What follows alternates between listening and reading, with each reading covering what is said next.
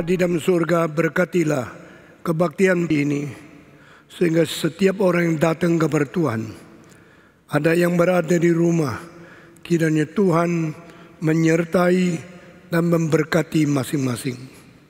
Berilah kesadaran untuk mengerti firman Tuhan.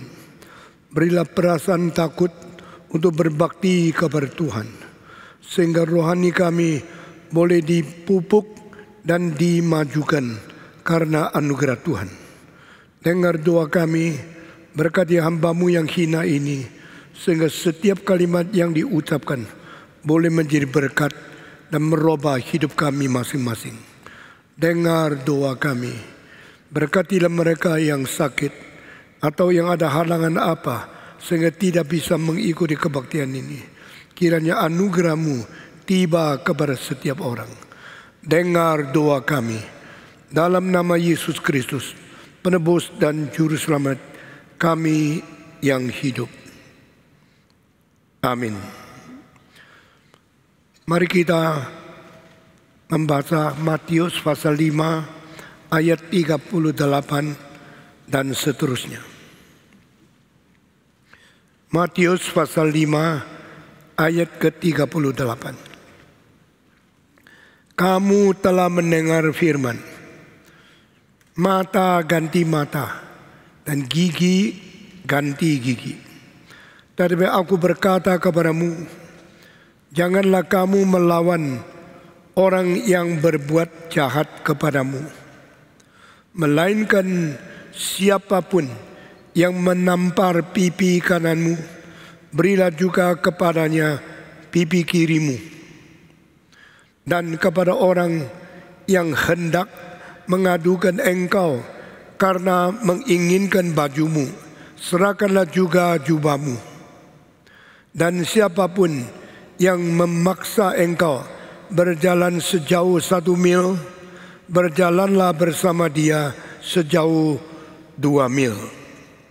Berilah kepada orang yang meminta kepadamu, dan janganlah menolak orang yang mau meminjam daripadamu. Saudara-saudara, makin kita membaca, makin kita rasa aneh. Kenapa ajaran Yesus begitu melemahkan orang Kristen dan begitu menjadikan kita seolah-olah harus membiarkan dikerjain oleh orang lain. Saya dari kecil tidak mengerti ayat-ayat ini. Dan waktu muda sangat tidak setuju ayat-ayat ini. Sampai makin lama makin mengerti, baru tahu berapa bodohnya, berapa rendahnya pikiran kami dibanding dengan ajaran Yesus Kristus. Yang dikatakan di dalam pasal-pasal semua ini, sebagian dicantum di dalam hukum Musa, sebagian diterima dari tradisi sejarah, sehingga di sini banyak konsep yang dibentuk melalui tradisi atau kebudayaan atau agama, khususnya dari Taurat Musa, semua perlu dikoreksi oleh Kristus, karena tidak ada standar yang pernah diketahui oleh manusia sebelum inkarnasi Tuhan datang ke dalam dunia ini. Sebelum Yesus datang ke dalam dunia, sudah ribuan tahun orang mengerti beberapa dalil bersangkut paut dengan interpersonal relationship. Komunitas terdiri dari pribadi. Setiap pribadi ikut hidup di dalam komunitas, sehingga kita hadapi orang-orang yang beroknum seperti kita. Antara oknum dan oknum ada relasi. Relasi itu sering dilakukan satu dengan lain secara tidak adil. Sehingga sejak 4.000 tahun yang lalu di daerah Mesopotamia, yaitu sudah ada kebudayaan yang tinggi, sudah ada satu bilateral hubungan yang erat, dan sudah ada perdagangan, sudah ada persahabatan, sudah ada relasi antar pribadi dan pribadi. Lalu kadang-kadang timbul yang tidak beres, yang tidak adil, sehingga ada pihak-pihak yang dirugikan oleh pihak yang lain. Maka dipikirkan perlu ada peraturan untuk mengikat kebebasan manusia yang sulit dikontrol. Nah, ini menjadi permulaan etika sosial yang dibicarakan di dalam sejarah. Dan waktu itu ada seorang raja, kira-kira lebih dulu dari Abraham, lebih dulu dari Musa ratusan tahun. Kira-kira 500 tahun sebelum Musa. Yaitu sebelum 10 hukum diturunkan oleh Tuhan Allah melalui malaikat kabar Musa dan diajarkan kepada Israel.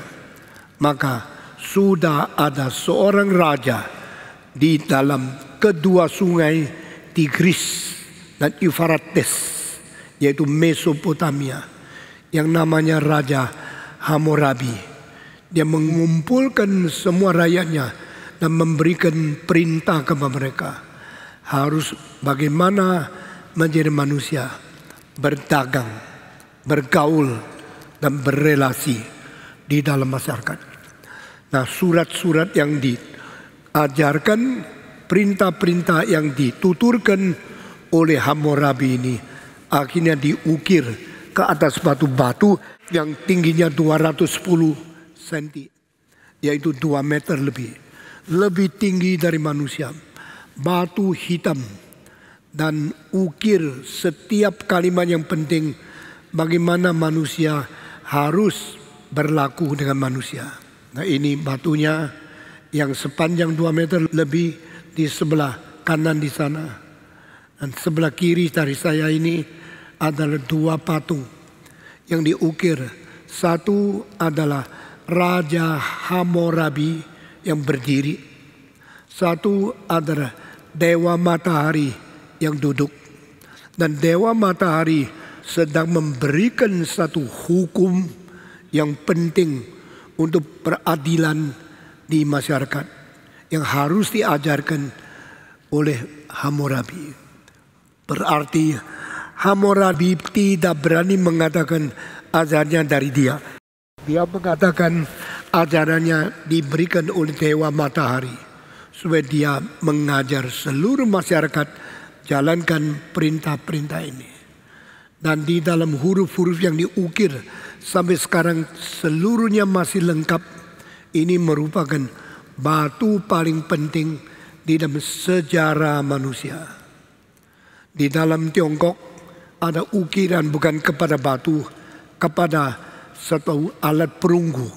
Ratusan huruf, dan sejarah adalah sejarah karena mengikuti kopi dari huruf yang ditulis itu dan diterjemahkan, diberi pengertian, baru kita tahu pernah terjadi 3.200 tahun yang lalu di Tiongkok raja apa, perang sama raja apa, semua dicatat melalui ukiran itu. Karena ukirnya di atas perunggu dan mungkin dihapus. Sehingga sejarah paling kuno kalau ada datanya di perunggu itu bisa dipercaya. Sedangkan di barat waktu 4.000 tahun yang lalu belum menemukan barang-barang yang dibikin dari perunggu, maka diukir di atas batu. Sampai sekarang di Tiongkok, seluruh Tiongkok, tempat yang paling banyak mengumpulkan tradisi batu-batu ada di kota Xi'an. Saya sendiri pernah pergi lihat batu-batu yang dapat ukiran Chinese yang 2.500 tahun, yang 1.500 tahun yang lalu. Ribuan batu dikumpulkan di dalam museum Xi'an, museum batu yang kuno. Tetapi saudara-saudara, pada waktu abad ke-19 orang menemukan Hammurabi Stone ini. Waktu mereka membaca dengan huruf yang arkaik daripada Mesopotamia, mereka kaget karena di situ tulis mata ganti mata, gigi ganti gigi, dan sampai sekarang setiap huruf masih jelas karena tidak bisa dihapus, tidak bisa dirusakkan dan dipelihara 4.000 tahun. Ini lebih kuno daripada huruf di perunggu daripada negara Cina, dan ini sekarang sudah diamankan dan ditaruh di Louvre Museum di Paris, di Perancis. Di dalam sejarah ada 2 batu yang paling penting di barat. Satu batu Hammurabi, yang kedua batu Rosetta. Masing-masing yang Hammurabi disimpan di Louvre, yang Rosetta disimpan di Mesir. Yang Rosetta lebih lambat, yang Hammurabi lebih kuno. Yang Rosetta dicatat dalam 3 bahasa berjejer sebelahan. Dari bahasa Greka, dari bahasa itu Mesir, dan bahasa Latin. Nah saudara-saudara, 2 batu saya sudah pergi lihat sendiri. Dan ayat-ayat yang kita baca hari ini adalah mengutip kalimat dari Hammurabi. Mata ganti mata, gigi ganti gigi. Ini merupakan pernyataan yang paling jelas mengenai apa itu keadilan. Semua hati manusia mempunyai konsep keadilan. Kita tidak ingin diperlakukan oleh orang lain secara tidak adil. Kita tidak bisa diterima, kita tidak bisa puas kalau kita dilecehkan, dihina, atau dieksploitasi oleh orang lain. Itu sebuah konsep dasar dari setiap orang yang mempunyai hati nurani minta adil. Kalau ada keadilan yang tidak beres, kalau ada penghakiman yang tidak adil dari pengadilan, maka akhirnya kita dimasukkan penjara. Hati kita jengkel, hati kita tidak bisa terima. Sampai mati pun kita minta Tuhan membereskan ketidakadilan ini. Sehingga akhirnya timbul satu konsep, kalau di dunia ini tidak beres, kalau jaksa dan hakim tidak adil, minta Tuhan hukum mereka. Dan kalau tetap tidak, kita harap hari kiamat ada sesuatu pembalikan untuk membawa keadilan kembali kepada kita. Nah ini adalah satu konsep eskatos, the final day, the final judgment. Di dalam gereja ini saya koleksi satu lukisan yang digambar 2 tahun, yaitu keadilan dari penghakiman terakhir waktu Yesus datang kembali di luar pintu sana. Engkau lihat ke depan. Waktu engkau masuk melihat Yesus berjanji dengan 12 murid melalui perjamuan suci menyambut engkau ikut kebaktian di sini. Waktu engkau keluar dari gereja, engkau melihat pengadilan, penghakiman terakhir. Ingat engkau jadi orang Kristen yang baik, karena akhirnya Tuhan akan kembali menghakimi dunia. Saudara-saudara, konsep keadilan dimunculkan dengan 2 kalimat. Mata ganti mata, gigi ganti gigi, menjadi satu prinsip dasar hukum 4.000 tahun yang lalu. Pada zaman Perjanjian Lama, kalimat dari Hammurabi Stone tercatat di dalam kitab suci juga. Di dalam Perjanjian Baru, Yesus sendiri mengatakan, engkau pernah mendengarkan orang kuno mengatakan, mata ganti mata, gigi ganti gigi. Ini adalah konsep keadilan. Saudara-saudara, tidak ada satu bangsa yang berkebudayaan tidak bicara tentang keadilan. Tidak ada satu negara yang mempunyai keadilan tidak mempunyai pengadilan. Saudara-saudara, semua pengadilan adalah tempat untuk melaksanakan dan mewujudkan konsep keadilan itu. Maka ada yang di rendah, ada yang di tengah, ada yang tinggi. Maka pengadilan tinggi, pengadilan tertinggi, pengadilan negeri, pengadilan pusat, pengadilan Mahkamah Agung. Ini semua membuktikan manusia adalah makhluk yang mempunyai konsep keadilan. Sampai hari ini tidak pernah ditemukan satu negara tidak ada pengadilan. Sampai hari ini tidak ada satu kebudayaan tidak bicara tentang keadilan. Tetapi keadilan itu apa? Sampai hari ini abad ke-21 masih simpang siur. Sehingga mari kita kembali kepada Kristus. Karena dialah Allah jelma menjadi manusia. Salah satu hal yang dibereskan oleh Yesus adalah mengkoreksi konsep keadilan yang masih kurang. Bahkan zaman Yesus, keadilan yang berkonsep balas dendam sudah berjalan 2000 tahun. Sejak Hammurabi Stone. Tapi waktu Yesus datang ke dunia, dia berkata, kamu pernah dengar kalimat-kalimat orang kuno yang berkata begini-begini. Tetapi aku berkata kepadamu, harus begini. Ini tetapi mengandung revolusi.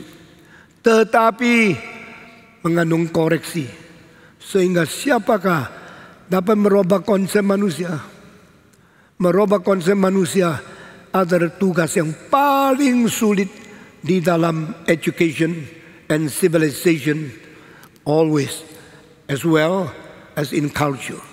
Di dalam kebudayaan, di dalam tradisi, sejarah, dan di dalam pendidikan, yang paling sulit adalah merubah konsep.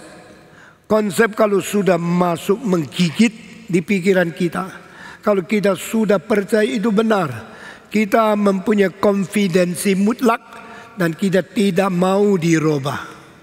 Saudara-saudara, itu sebab orang yang hidup di bawah bayang-bayang daripada kebudayaan selalu dihidupkan di dalam bayang-bayang tradisi yang mendaging darah di dalam pikiran orang itu.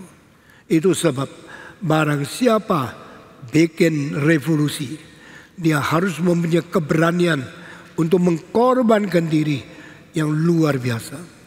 Barang siapa berani menantang tradisi dan berusaha memberikan sesuatu provokasi untuk merubah konsep, dia harus sedia mati.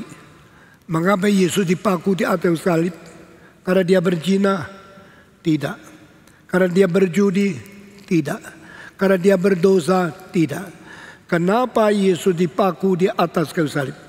Karena dia berusaha merubah pikiran manusia yang salah. Barang siapa berani merubah konsep, dia harus sedia mati. Nah, kenapa konsep yang dikeluarkan dari mulut Yesus Kristus begitu mentakjubkan, mengkagetkan, dan membuat marah manusia? Karena semua anggap kalimat Yesus tidak bisa terima. Salah satu konsep yang dirubah oleh Yesus dan kalimat-kalimat yang keluar dari mulut Yesus tentang konsep ini adalah ayat yang baru kita baca minggu lalu sekali dan minggu ini sekali lagi. Kalau ada orang mentampar mukamu di kanan, biarlah berikan pipimu yang kiri kepadanya. Kalau ada orang mau mengadukan engkau ke pengadilan, mau mengambil bajumu, jubahmu juga diberikan kepada dia. Kalau ada orang memaksa engkau jalan 1 mil, jalanlah 2 mil. Kalau ada orang minta sesuatu darimu atau minta harap pinjaman, tidak boleh tolak dia. Ini 4 hal. Ada 4 hal yang sangat bersangkut paut dengan hari kita hidup di dalam dunia ini. Mengenai kehormatan pribadi, mengenai barang pemilikan pribadi, mengenai kebebasan daripada humanisme, mengenai akan harta benda, personal belongings. Saudara, kita semua perlu kehormatan, kita semua perlu kemerdekaan. Kita perlu hak asasi manusia.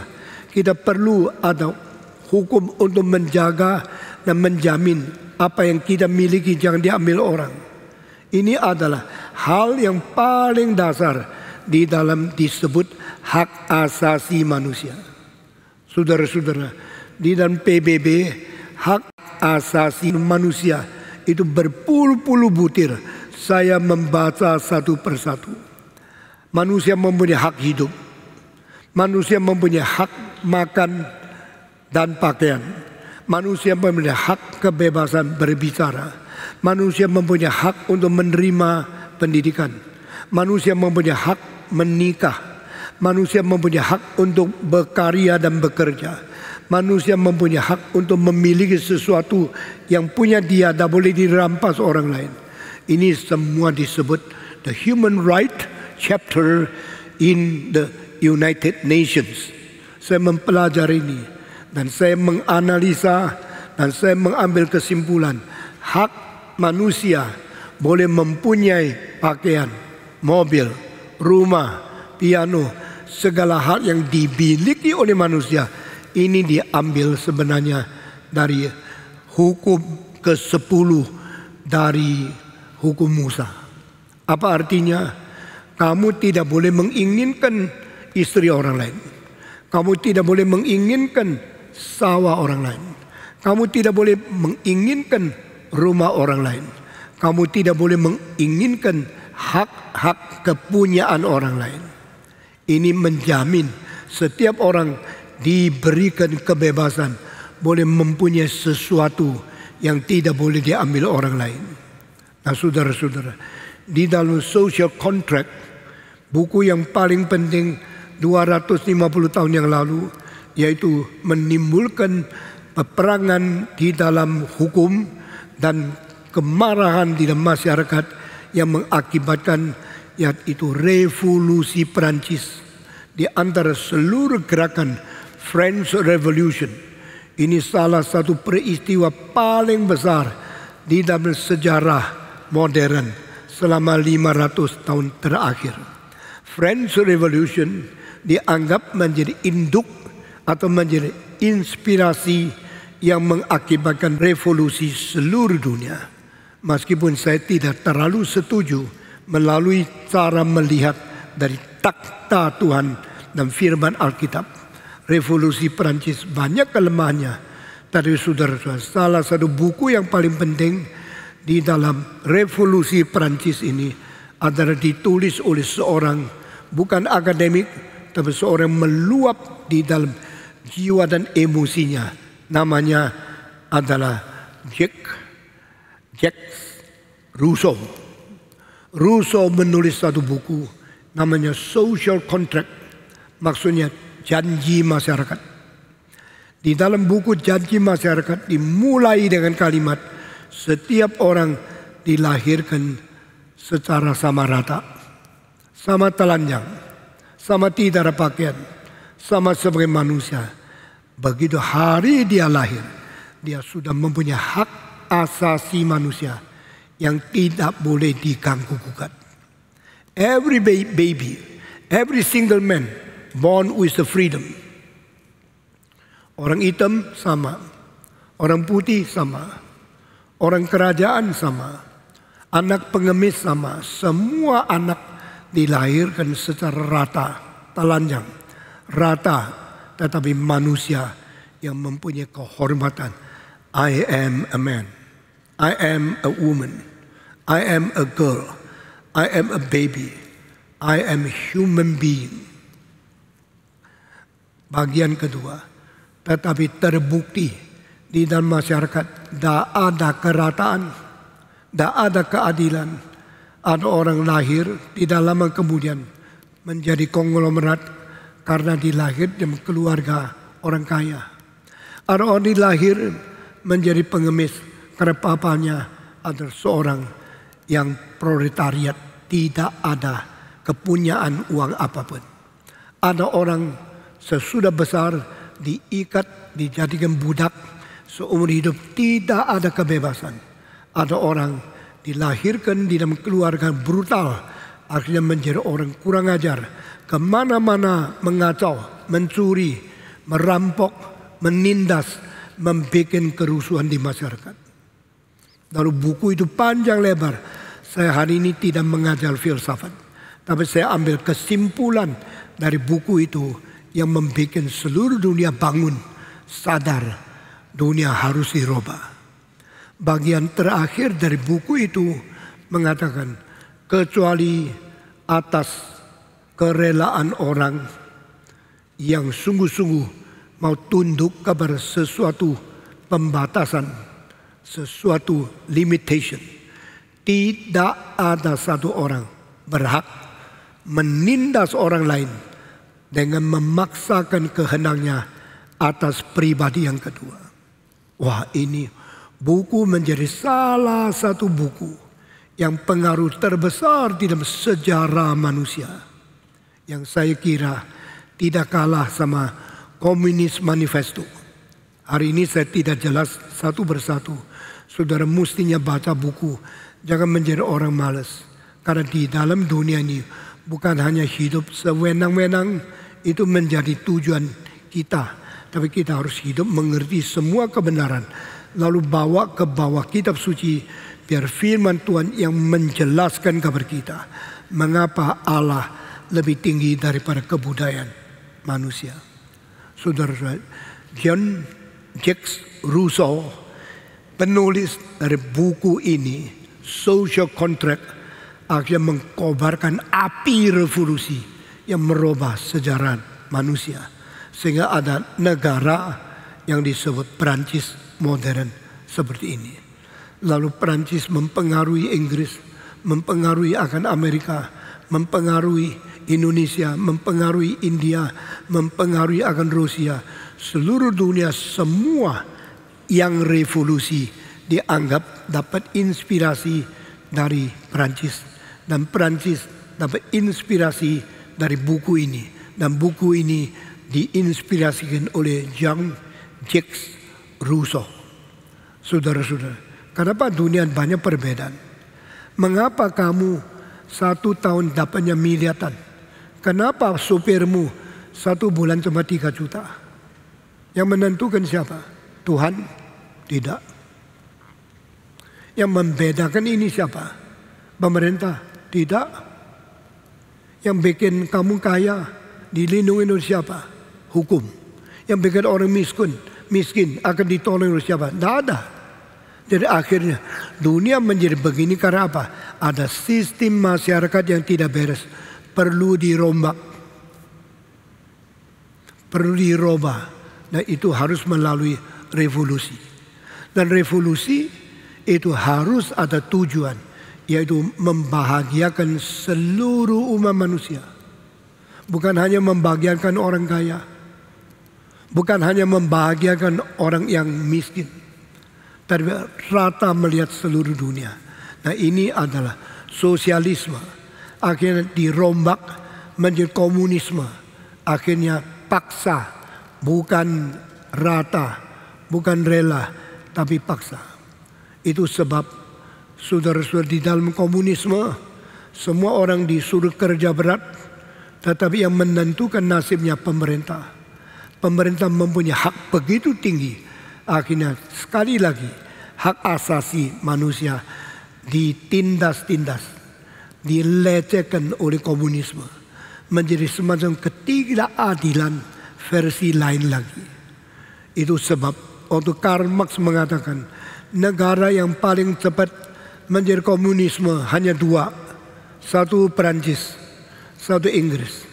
Karena Karl Marx mempunyai seorang kawan yang namanya Friedrich Engels.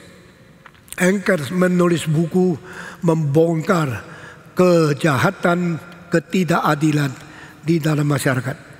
Dan Engels melihat begitu banyak kaum buruh yang ditindas, dipaksa kerja berat untuk memperkaya orang kaya. Orang kaya suka ngomong, saya menciptakan lapangan kerja, boleh menerima 20 orang kerja di pabrik saya. Tapi Karl Marx dan Engels mengatakan, bukan engkau yang ciptakan lapangan kerja. Mereka yang seperti sapi dan kuda, kerja setengah mati, maka engkau bisa kaya. Nah saudara-saudara, pandangan dari orang miskin lihat orang kaya selalu berbeda dari pandangan orang kaya lihat orang miskin. Orang kaya mengatakan, kalau saya tidak ada pabrik, you tidak ada makanan, you mesti jadi pengemis. Karena saya, you dapat makan. mengatakan mari kita putar. Kalau mereka tidak kerja, kamu tidak bisa kaya. Jadi orang kaya memerlukan kaum buruh lebih daripada kaum buruh memerlukan orang kaya. Saya kira kalau saya teruskan ini nanti ada revolusi di GRI juga. Nah saudara-saudara, dunia mesti bagaimana? Nah di dalam interpersonal relationship ada satu dalil yang harus semua ikut, harus dijalankan di seluruh dunia, yaitu keadilan. Keadilan itu apa? Kerataan. Nah itu yang diinterpretasikan oleh komunisme. Nah boleh orang kaya miskin, mesti rata. Kalau rata bagaimana? Caranya adalah suruh orang kaya hati baik memberikan sesuatu kasihan, sesuatu pertolongan untuk mengangkat orang miskin. Tapi buktinya orang kaya kalau sudah kaya, dia tidak pikir ke orang miskin. Dia memikirkan bagaimana lebih kaya, lebih kaya, lebih kaya lagi. Jadi bagaimana membuat orang kaya memberikan uang untuk membantu orang miskin, itu omong kosong. Bahkan agama pun tidak berkuasa. Saudara-saudara, di dalam agama ada bersedekah. Ini pun akhirnya tidak menjadikan orang suka memberi uang kepada orang miskin. Saudara-saudara, social contract bisa dilakukan dengan baik, tidak gampang. French Revolution bisa merubah seluruh dunia, tidak jadi. Apakah bikin dunia ini jelek? Manusia yang berdosa. Bagaimana membuat dunia ini menjadi baik? Tidak ada jalan lain.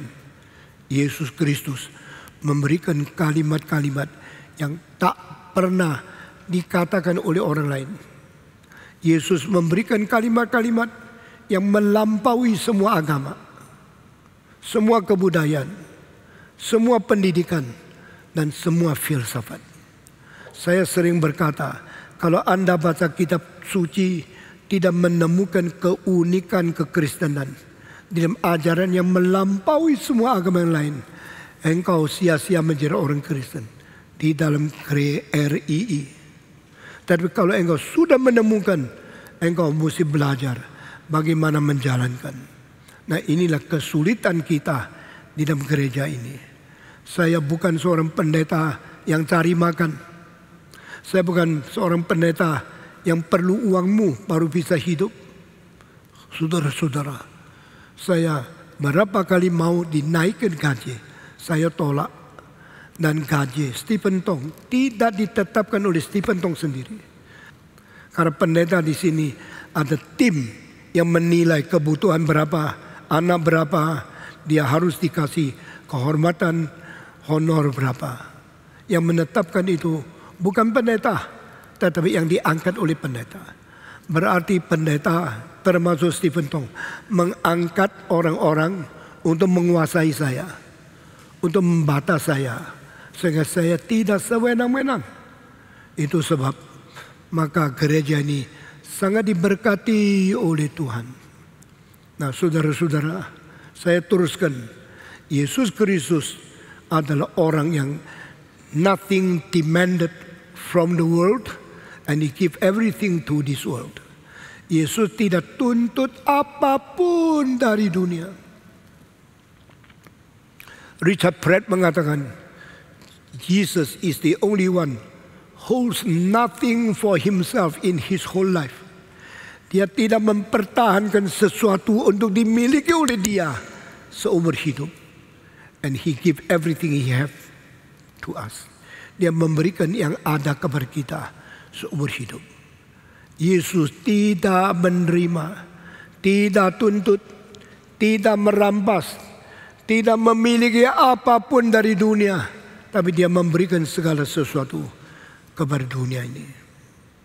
Waktu Alexander the Great, Iskandar Agung pergi mau melawan Persia. Dan dia mengatakan dulu orang Greka dianiaya oleh Persia. Mari kita sekarang merampas kembali. Dia hidupnya 340 tahun sebelum Kristus.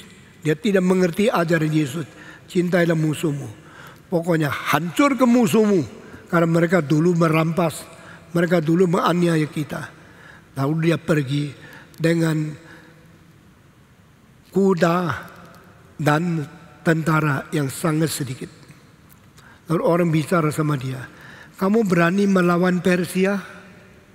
Tahu tidak, Darius kedua mempunyai tentara 5 juta orang. Dia mempunyai tentara 100 kali lebih besar dari kamu. Kamu berani melawan dia? Dia jawab, kenapa tidak? Kamu ada apa? Tentaramu sedikit. Saya tahu. Kamu berani melawan dia tentaranya 100 kali? Berani. Kenapa? Dia mengatakan satu kalimat yang indah. Saya pergi berperang dengan dia. Untuk membuat orang dibelenggu dia menjadi merdeka.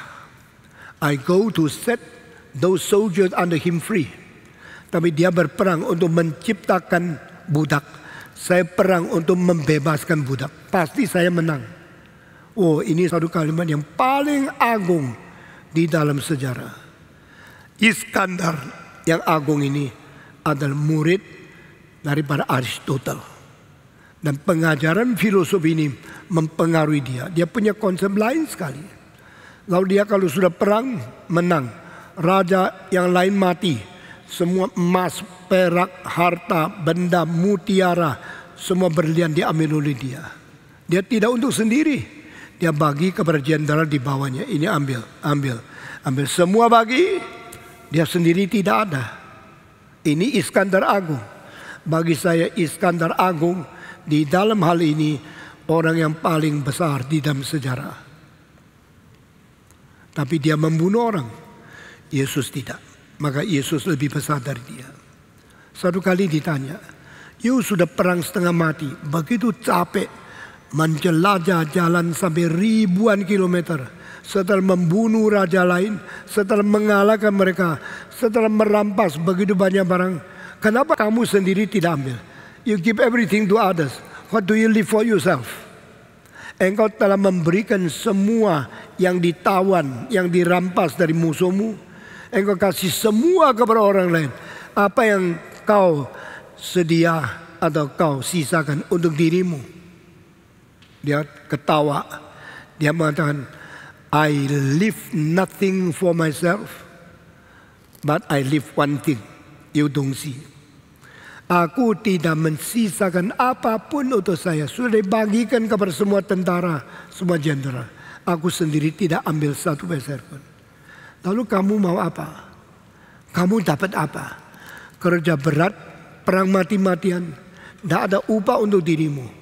Dia menjawab, I leave hope in the future for myself. Aku mensisakan pengharapan untuk saya. Yang lain silakan ambil. Saya masih ada pengharapan hari depan. Nah, ini orang besar sekali. Waktu dia berperang dan akhirnya Persia yang ratusan kali lipat ganda tentaranya kalah dan rajanya lari, akhirnya dibunuh oleh jenderalnya sendiri. Dia ketemu mayatnya, dia tutup kainnya, lalu dia pergi.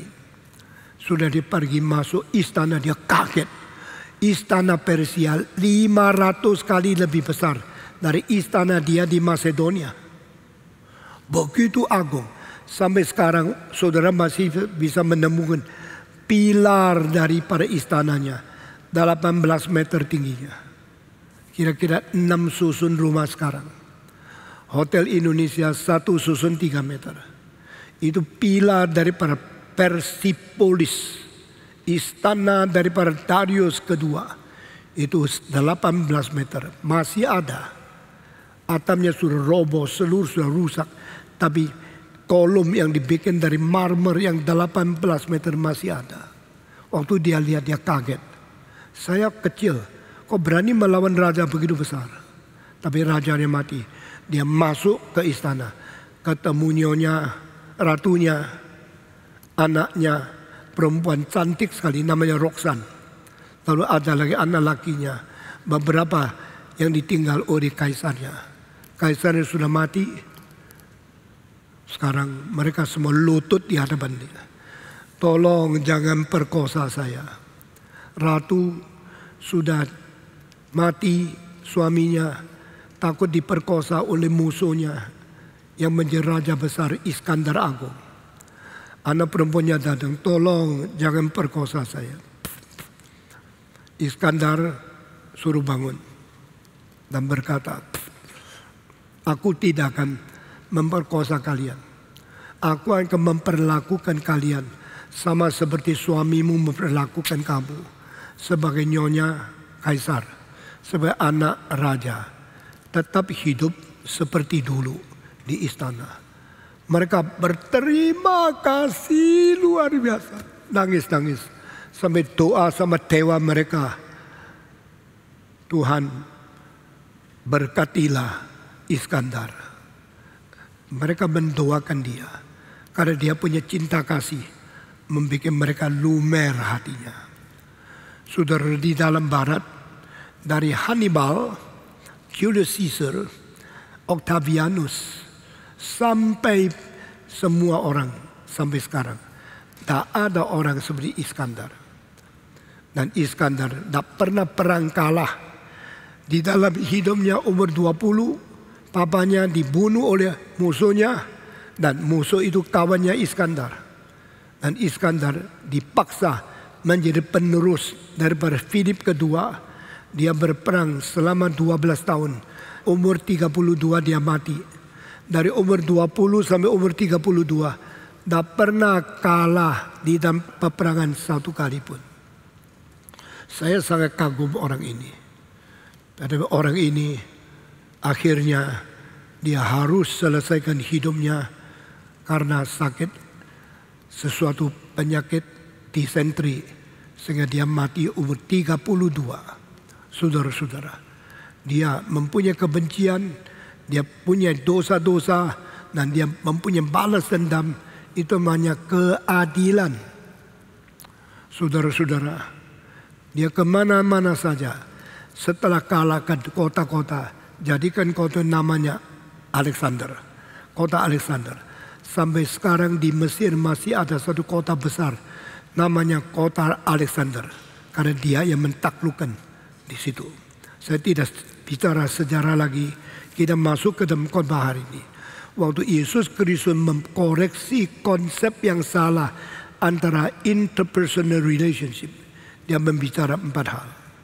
Orang Kristen, engkau di dunia, jangan kira engkau akan hidup seenak mungkin. Engkau akan dilawan oleh orang lain. Engkau akan diseterui oleh musuhmu. Engkau akan diperlakukan tidak adil oleh orang lain. Tetapi engkau sudah tahu, kalau orang patahkan gigimu, patahkan giginya. Hammurabi. Orang kalau mencungkil matamu, cungkil matanya. Hammurabi.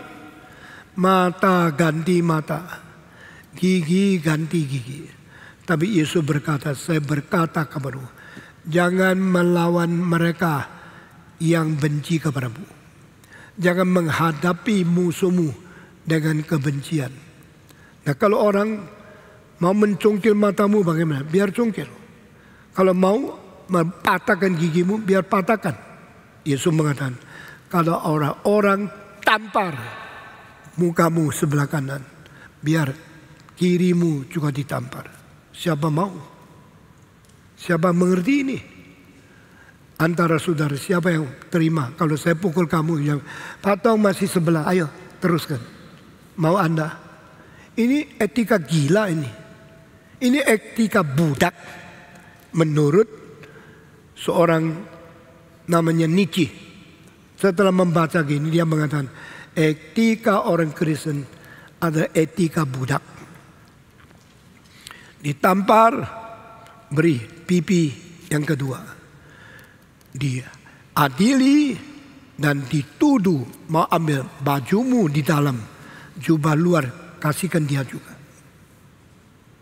Kalau orang paksamu engkau jalan 1 mil, engkau jalan 2 mil untuk dia. Kalau orang minta sesuatu, kasih. Kalau orang minta pinjam, jangan tolak. 4 hal ini, mengenai tampar, mengenai baju, mengenai jalan, mengenai pinjam uang, Kita mengapa harus jalankan semua ini? Seolah-olah hak asasi manusia orang Kristen tidak ada. Manusia tidak boleh membela diri. Manusia tidak boleh melawan pukulan orang lain. Manusia harus memberikan baju untuk orang lain. Manusia harus dipaksa jalan lebih. Manusia waktu dipinjam uang mesti kasih. Hak kita di mana? Ini semua orang tidak ngerti. Tapi kalimat-kalimat ini melampaui semua ajaran etika yang paling tinggi di dunia. Saudara-saudara, di dunia selalu timbul satu pikiran. Kalau saya hidup baik-baik, jangan ganggu saya ya. Kalau lu baik sama saya juga baik sama kamu. Tapi kamu kalau nakal sama saya, jahat sama saya, akan lebih jahat dari kamu. Pernah dengar kalimat ini enggak? Pernah enggak? Jawab, pernah enggak? Bukan pernah dengar, pernah ngomong lu. Saudara, semua orang bukan saudara pernah dengar. Kita semua pernah mengatakan kalimat, gua ini jangan diganggu ya. Kalau lu baik-baik sama saya juga baik-baik sama kamu. Tapi kamu jahat sama saya akan lebih jahat supaya kapok lu. Nah, kalimat gini menjadi kalimat yang paling umum di seluruh dunia. Yesus sekarang mengatakan, is that your ethic? Is that your moral standard? Is that your habit? Inikah kebiasaanmu? Inikah teorimu? Inikah dalil etikamu, prinsip moral di dunia ini? Yesus mengatakan, mari saya memberikan yang lain. 4 hal ini. Pertama, kalau ditampar, biar tampar yang kedua. Ini menyangkut kehormatan manusia. Di Indonesia pegang kepala orang lain orang marah. Karena apa? Kepala ini tempat paling hormat. Apalagi tampar mukanya, ini paling kurang ajar. Orang ditampar dia akan mengingat jahatmu seumur hidup tidak lupa. Kalau engkau sentuh tangannya, oh maaf, tidak apa-apa, tidak apa-apa. Kalau pukul mulutnya, akan dimarahin selama-lamanya. Ini kehormatan human right. Kedua, minta pakaianmu sampai ke pengadilan. Kalau diadukan sampai pengadilan, mau pakaianmu, mungkin ada salahmu. Kalau tidak, kenapa mengadukan? Mengadu ke pengadilan berarti mungkin ada salah. Lalu dibereskan di dalam pengadilan. Yesus bilang dia minta apa? Minta pakaian dalam. Ya bagian luar pun kasih sama dia. Berarti mengalah. Ini mengenai property. My property, my clothes, you demand, you sue, and you ask from me. Ini kedua. Kehormatan dilecehkan. Property diambil. Ketiga, kebebasan ditindas. Ayo, jalan 1 mil. Nggak bisa lawan. Jalan 1 mil. Kebebasanmu sudah dilecehkan oleh orang. Keempat, yaitu hartamu dan kepunyaanmu mau diambil. Orang mau minta, orang mau pinjam. Kasih. Ini 4 hal menyangkut 4 aspek daripada hidup manusia di dunia. Kehormatan saya, hak asasi saya, dan kebebasan saya, dan sesuatu pemilikan saya diganggu oleh orang lain. Bagaimana? Saudara-saudara, Yesus lived nothing for himself. Seperti Alexander the Great lived something for others, but never lived anything for himself. Maksudnya Yesus, engkau hidup di dunia ini, jangan hitung-hitungan apa yang kau punya di dalam dunia ini. Tapi engkau harus melihat standar lebih tinggi, mempunyai pengertian lebih jauh, melihat rencana Allah yang supra alamiah. Nah ini artinya, sekarang kita menjelaskan tempat ini.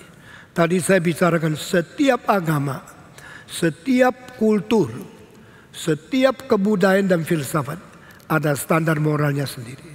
Nah saya akan mengatakan di dalam Tiongkok ada 2 orang paling agung yang dijunjung tinggi dari dinasti ke dinasti, dari zaman ke zaman, yaitu pertama Kongfucu, kedua Lao Tzu. Dan ajaran apa tentang interpersonal relationship yang diturunkan oleh Konghucu kepada orang Tionghoa. Saya akan kutip 2 kalimat. Nanti kalau ada kemungkinan ditayangkan aslinya bahasa Mandarin, tulisan bagaimana. Apakah yang diajarkan Lao Tzu kepada umat manusia antara manusia dan manusia? Konghucu mengatakan, yi zhi bao yuan. Di atas itu ya. Yi de bao de. If somebody doing good for you, be kind to him. But somebody doing something hatred to you, you must be very straight. Dengan membalas kejahatan dengan keadilan. Ini tidak benar. Membalas kebencian dengan ketegasan, itu baru benar. Membalaskan kebaikan dengan kebaikan, yang belakang benar. Jadi kalimat pertama, kalau orang tidak baik sama kamu, engkau mesti tegas, jujur, berani, tetapi tidak membalas jahat. Tapi kalau orang baik sama kamu, mesti balas kebaikan dengan kebaikan. Ini Konghucu. Konghucu punya ini dianggap tinggi sekali, tapi saya rasa tidak. Ada satu orang lebih tinggi dari dia, yaitu orang lebih tua sejaman dengan dia. Namanya adalah Lao Tzu. Lao Tzu mengatakan, yi de bao yuan. Nah, ini belum pernah muncul di dalam sejarah. Barat tidak pernah muncul, Timur tidak pernah muncul kecuali Yesus. Sehingga Lao Tzu 2600 tahun yang lalu mempunyai standar dan prinsip moral lebih tinggi dari Konghucu. Dan ini satu-satunya orang Tionghoa yang mirip Alkitab. Kalau orang lain berbuat jahat kepada kamu, engkau harus memberikan moral tinggi membalas dia.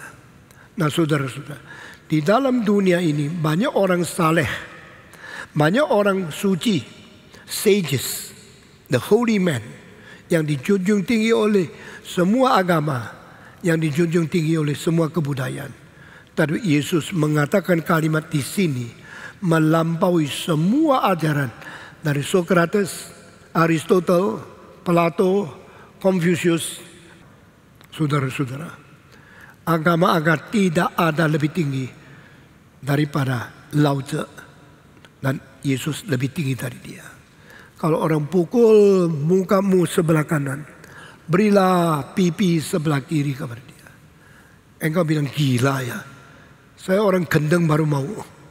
Tapi saudara-saudara, saat kehormatanmu diinjak-injak oleh musuhmu, bagaimana engkau?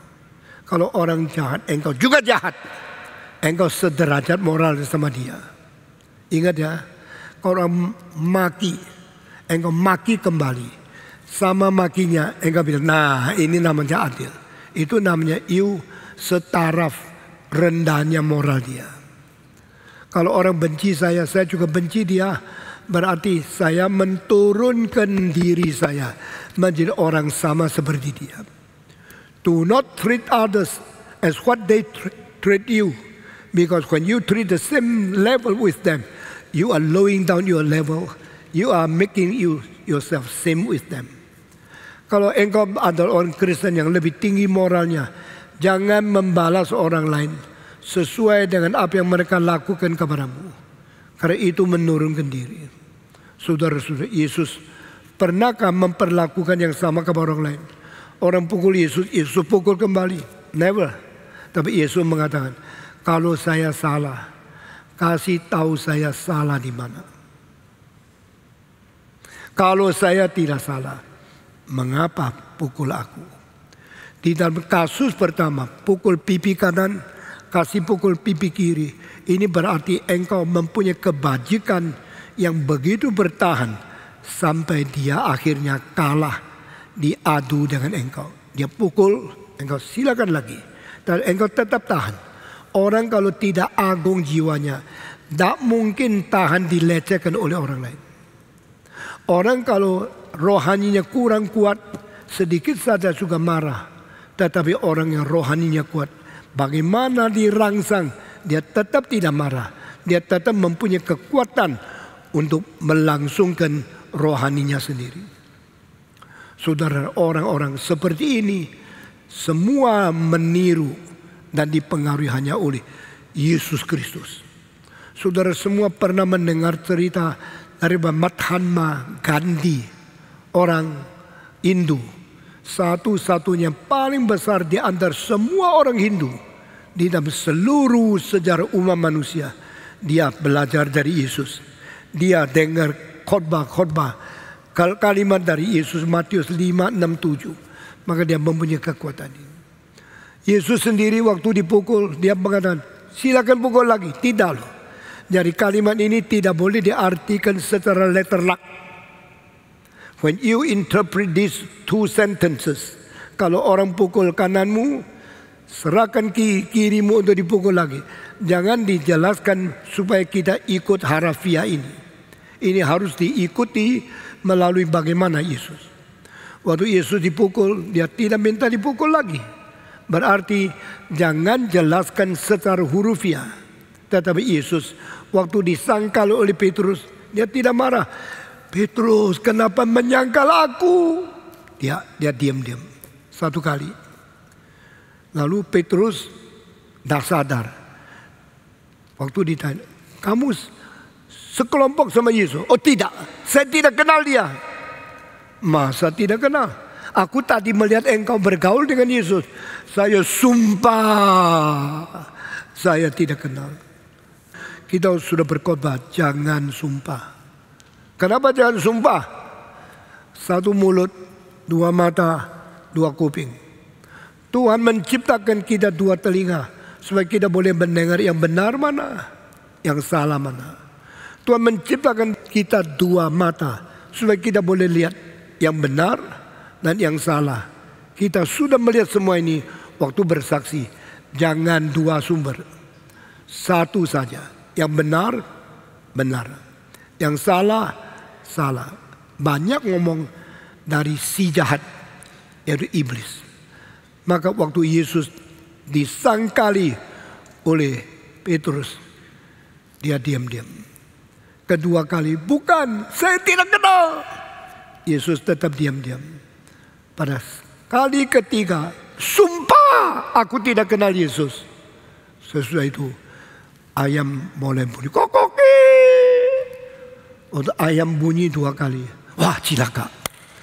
Petrus pikir, ingat Yesus berkata, sebelum ayam berkokok dua kali, engkau akan menyangkal saya tiga kali. Waktu Petrus sombong mengatakan, saya tidak mungkin menyangkal engkau. Kalau yang lain mungkin saya lain. Saya ketua kelas. Saya sudah mendekati engkau begitu lama. Saya sampai mati pun akan setia kepadamu. Sampai masuk penjara pun aku tidak menyangkal engkau. Apakah Yesus menjawab, siapa lu? Tahu ini anak Allah. Lu cuma Simon, kurang ajar. Berani bantah saya. Yesus tidak loh. Yesus mempunyai daya tahan dan rohani yang begitu tinggi. Waktu dibantah oleh Petrus, dengan sesungguh aku berkata kepadamu, sebelum ayam kokok dua kali, engkau akan menyangkal tiga kali. Maka waktu Petrus menyangkal pertama kali, Yesus diam. Nyangkal kedua kali, Yesus diam. Nyangkal ketiga kali, Yesus diam. Lalu ayam sudah kokok, Petrus sadar. Lalu dia melihat ke Yesus. Waktu melihat ke Yesus, saat yang sama Yesus sedang melihat dia. Lalu hati nuraninya mulai sadar, saya salah, saya lemah, saya menyangkal Yesus. Dia keluar, tidak berani lihat Yesus. Dia nangis di luar. Saudara-saudara, orang kalau tampar kamu, engkau langsung lawan, dia akan tampar lebih banyak. Engkau lawan lagi, akhirnya bertarung, dua-dua masuk penjara. Kalau dia sudah tampar kamu, kamu kasih yang dia. Akhirnya dia mulai sadar, jangan gitu ah. Masa ditampar dah balas, malah kasih yang lain. Dia mulai hati nuraninya guilty feeling. Saudara-saudara, pertobatan mulai daripada guilty feeling. Ikut saya, 1, 2, 3. Banyak orang berdosanya kurang banyak, dia tidak bisa bertobat. Tetapi kalau dia sudah lewat batas sampai kelebihan, hati nuraninya mendegur sendiri. Guilty feeling, I'm wrong. I should not have done this. Kenapa saya kerja gini? Kalau dia sudah terlalu banyak berdosa, dia mulai sadar, di situ pertobatan muncul. Ini maksudnya Yesus Kristus. Kalau ada orang jahat melakukan kejahatan, dia tidak sadar. Bikin dia sadar, bukan membalas dia. Bikin dia sadar, biarin dulu. Biar kerja lebih banyak, dosanya lebih banyak. Nanti dia akan guilty feeling, dia akan rasa tidak benar. Di situ mulai pertobatan. Ini banyak orang tidak ngerti. Manusia tidak mengerti apakah wilayah yang dituntut oleh Yesus Kristus. Rohanimu lebih daripada orang biasa. Kalau orang pukul engkau pukul kembali, itu biasa. Everybody can do that. Ini yang sudah dilakukan oleh semua orang, tidak heran. Tapi waktu dia melakukan kejahatan, engkau biarkan dia laku. Sampai kelebihan, dia akan mengkeret sendiri. Kalau dia sudah lebih daripada batasan hati nurani menegur, baru dia sadar dia sudah bersalah. Di situ engkau mulai menang. Kedua, minta pakaian dalam, jubah luar pun kasih sama dia. Berarti engkau hidup tidak bersandarkan harta. Kalau ada orang pinjam uangmu tidak bayar, kalau ada orang mau ambil barangmu dan memakai hukum atau acara untuk membantu dia, engkau tenang dulu, diam dulu, biar dia jadi. Setelah dia jadi, Tuhan akan membalas semua kesalahan daripada manusia. Dari manusia membalas manusia, tidak habis-habis. Tidak pernah kejahatan dibalas dengan kejahatan akhirnya selesai. Satu keras sama yang lain. Ini keras, ini keras, keras akhirnya. Saling memukul. Tidak ada selesainya. Kalau ada yang mengalah dan dia mulai menang. Dan dia berdoa kepada Tuhan. Kuasa Tuhan akan datang kepada dia. Saudara-saudara, waktu saya kecil, saya pukul kakak saya. Dia pukul kembali. Waktu sini penyok, dia situ benjol. Saya pukul lagi, dia pukul lagi. Akhirnya dua-dua dipanggil mama. Kamu tadi pukul satu lainnya. Ya ma, dia yang dulu. Saya tidak tanya siapa dulu. Kamu tadi saling memukul. Iya. Pukul berapa kali? Tidak hitung ya. Kalau dipukul hitung loh berapa kali. Kalau memukul orang tidak ada yang hitung. Mama tanya berapa kali? Tidak hitung mah. Coba kira-kira. Mungkin ada 15 kali. Jadi kamu pukul dia berapa kali? 5 kali. Dia pukul kamu berapa kali? 15 kali. Selesai? Belum. Mama saya mengatakan, besok kalau berkelahi lagi, janji dulu mau pukul berapa kali. Ayo kita janji ya. 50 cukup? Kalau cukup, pukul 50. Dia pukul 50. Sudah semua penyok karena dipukul 50 kali. Pikir lagi, kamu pukul dia 50 kali. Dia pukul kamu 50 kali. Sama-sama 50 kali. Sekarang hari ketiga janji lagi. Kita mau berkelahi, mau berapa kali? 100 kali. Hari ini ganti ya. Jangan kamu pukul saya 100. Jangan saya pukul kamu 100. Mari kita pukul sendiri 100 kali. Sama kan? Kan gini. Gini 100 kali sama gini 100 kali sama. Waktu pukul sendiri 100 kali. Pukul sampai kali ketiga juga tidak tega. Karena sendiri. Kok pukul sendiri? Tidak jadi. Ini namanya interpersonal relationship. Kalau kita meneruskan lagi pikiran bisa mendalam sekali. Baru engkau mengetahui. Semua manusia. Baik pribadi dengan pribadi. Baik kelas dengan kelas. Baik sekolah dengan sekolah. Tawuran. Dah habis-habis. Baik negara dengan negara. Perang dah habis-habis. Yang akhirnya uang begitu banyak hilang. Manusia begitu banyak mati. Darah begitu banyak dialirkan. Selesai. Kebencian akan terus menerus. Yesus berkata, yang mau kasih aja. Sekarang ketiga. Pertama, kehormatan engkau dilecehkan. Pukul. Kedua, hartamu diambil. Rampas. Ketiga, kebebasanmu ditindas. Ayo jalan. 1 mil. Apa sih suruh orang jalan 1 mil? Kalau jalan-jalan di mall 3 mil pun dah capek loh. Saudara coba hitung ya, engkau pakai mesin jalan itu, sudah keliling di mall 3 jam pulang, coba lihat. Paling sedikit 3.000 langkah kaki jalan-jalan. Capek enggak? Enggak, karena apa? Yang dilihat enak. Ya. Tapi sekarang saya minta kamu angkat barang ini, berat, jalan 1 mil. Tapi tidak ada yang dilihat, cuma jalan toh, engkau jalan. Sudah 1 mil, hampir semaput. Karena apa? Capek. Apa maksudnya dipaksa jalan 1 mil? Ini menurut hukum Romawi, tentara-tentara kalau pergi perang, mereka angkat senjata, angkat koper, angkat pakaian, lalu pergi sampai di satu tempat mesti perang lagi, terlalu capek. Maka pemerintah Romawi memberikan hukum untuk semua orang.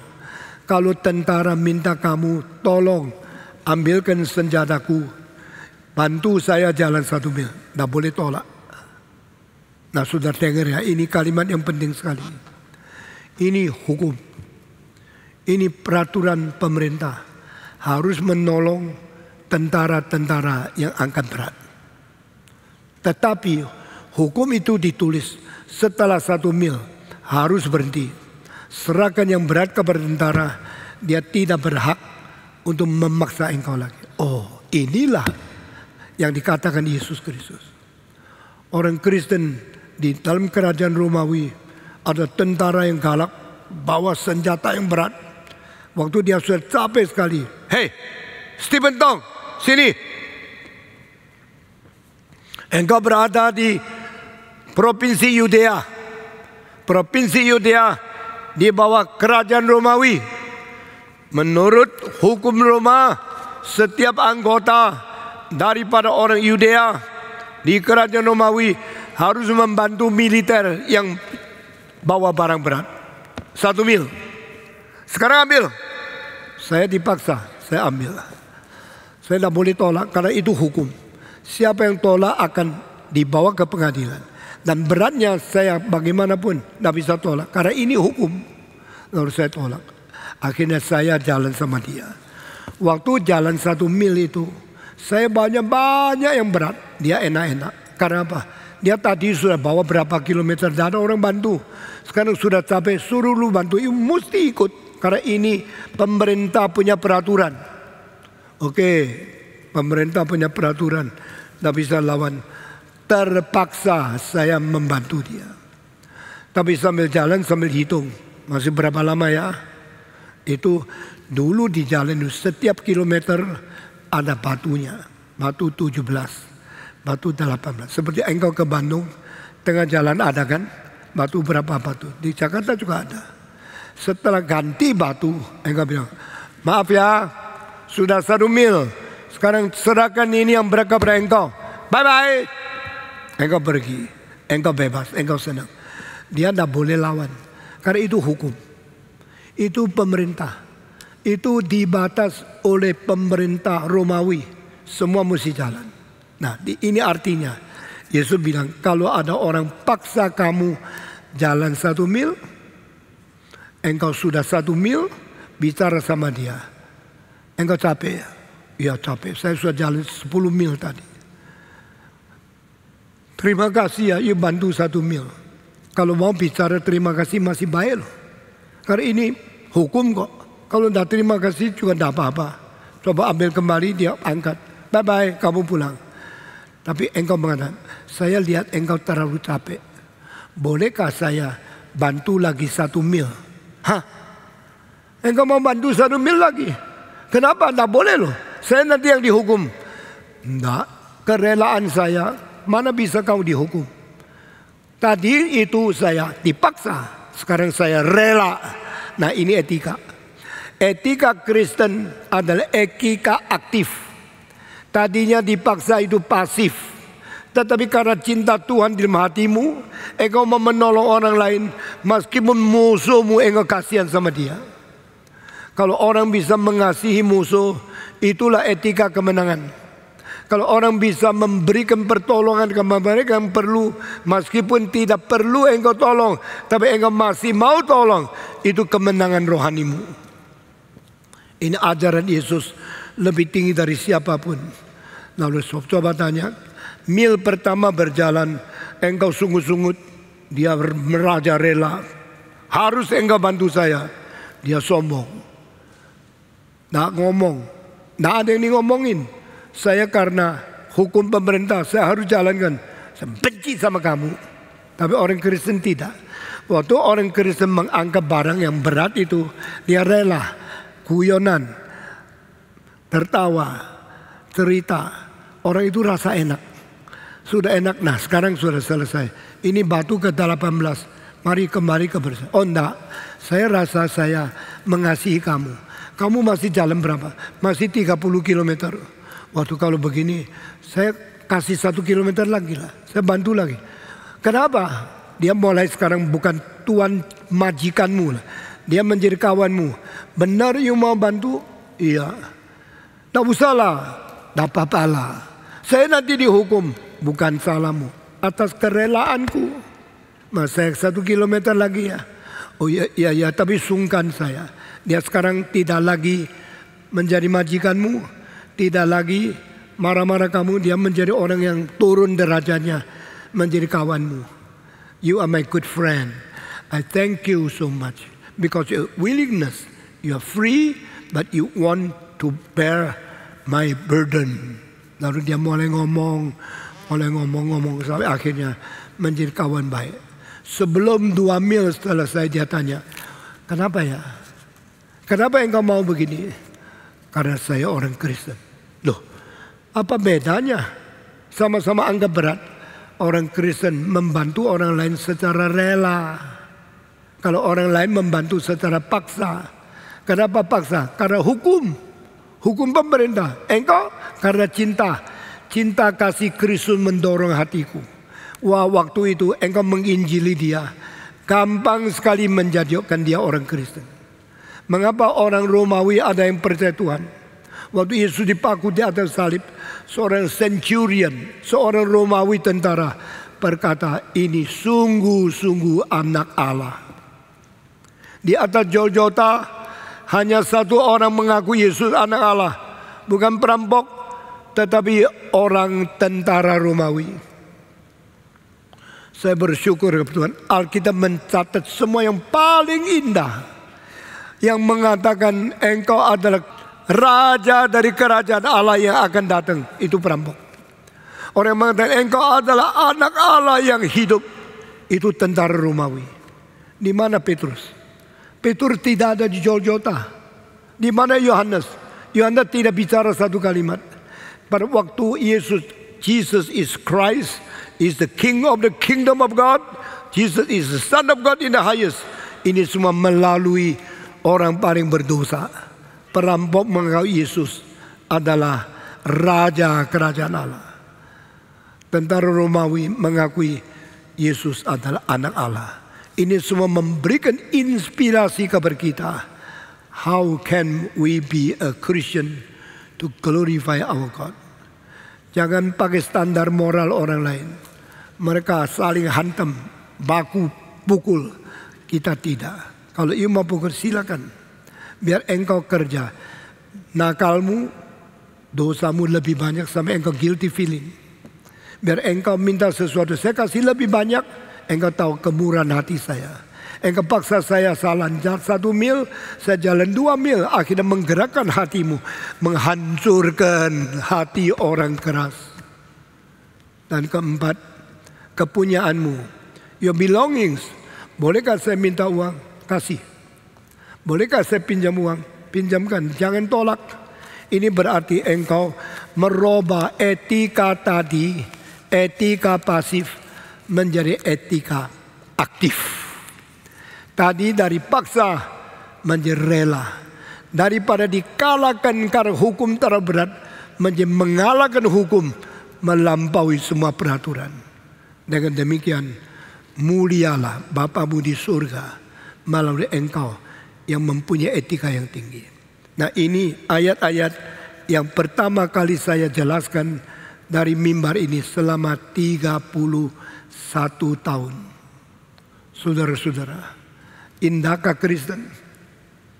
Indahkah ajaran Yesus Kristus? Indahkah etika orang yang beriman kepada Tuhan Yesus?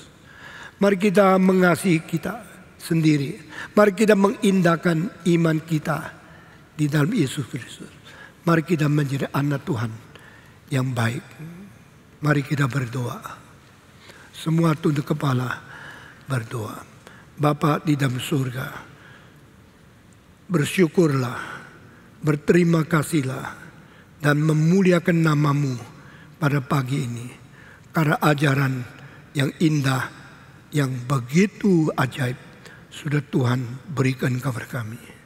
Kami ingin lebih mengerti firman. Kami ingin mengerti dengan jujur, mengerti dengan benar. Sehingga koreksilah segala konsep kami yang salah. Jadikan kami anak Tuhan yang baik. Dalam nama Tuhan Yesus kami berdoa. Amin.